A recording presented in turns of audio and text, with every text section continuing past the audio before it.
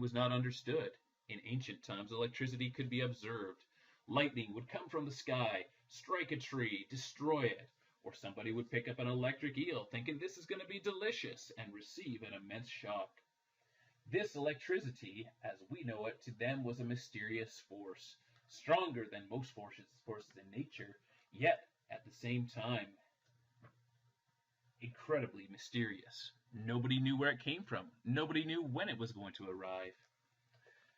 This caused electricity to move into the realm of mythology. Many ancient cultures worshipped many different gods, and many of these gods had electricity that was tied to them. Many figures have been found with gods holding lightning bolts, predecessors to more commonly known gods such as Thor and Zeus. It was something that was out there, but that was unattainable for the human mind to be able to figure out. Around 600 BC, a Greek named Thales of Miletus made an important discovery. He found that if he took a semi-precious gemstone called amber and rubbed it with a piece of wool or fur, he could create a charge off of that. Now, it wasn't a big charge, it was just enough to lift the hairs on the back of his hand or to pick up light objects like feathers. But what he didn't know is that he had just discovered static electricity. He knew he was onto something, he just wasn't sure what. So he documented it, and in further centuries, other scientists eventually figured out what he had discovered. They then referred back to his original writings, and they named this mysterious force that could pick up light objects after what he had discovered it from. The Greek word for amber is actually electra, which is where we get the root for our words electricity, electronics, and electrons. Thales of Miletus was one of the earliest forefathers of electrical work. During the 16 and 1700s, science was regarded as a form of entertainment mostly.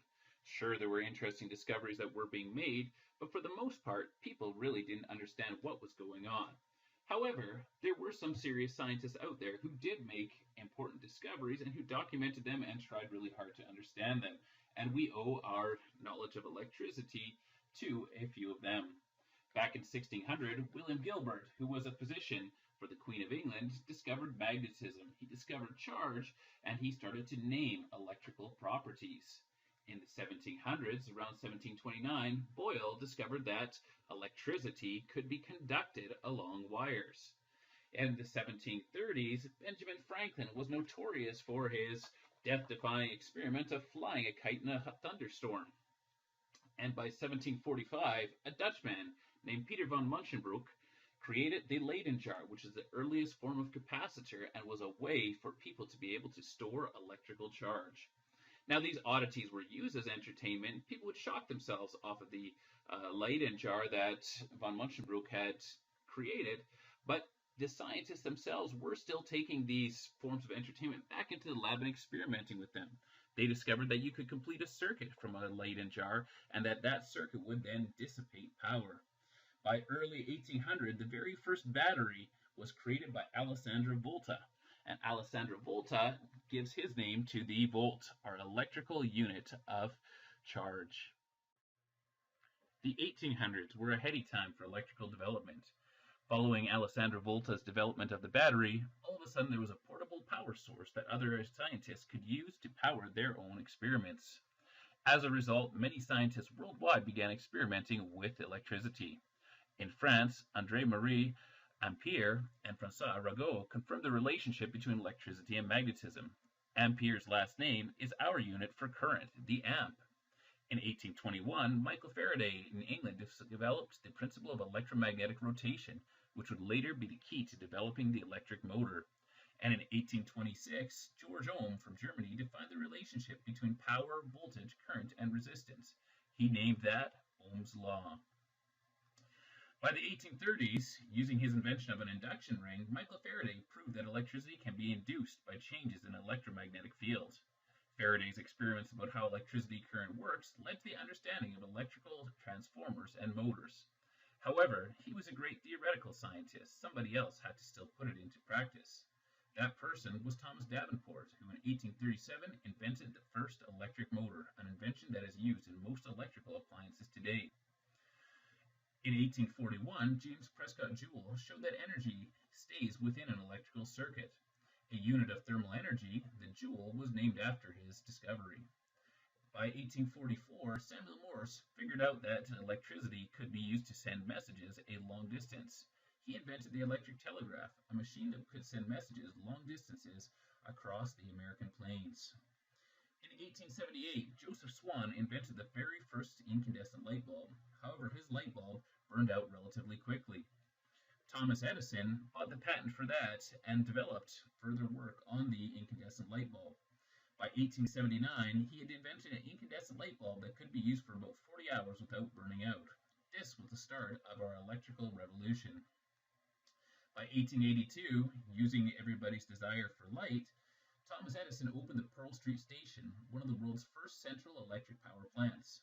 It was a DC power system, unlike the power systems that we use today, which use AC. Nikola Tesla was still working on AC. By 1883, he had invented the Tesla coil, a transformer that changed electricity from low voltage to high voltage, making it easier to transport over long distances with very few losses. By 1884, he invented the electric alternator, which would then create that AC current that he was researching. Using AC developed by Tesla, William Stanley Jr. developed the induction coil transformer and an alternating current system. Then in 1888, Nikola Tesla demonstrated the first AC electrical system. This was huge. His AC system included everything needed for electricity production and use: generator, transformer, transmission system, motors, and lights.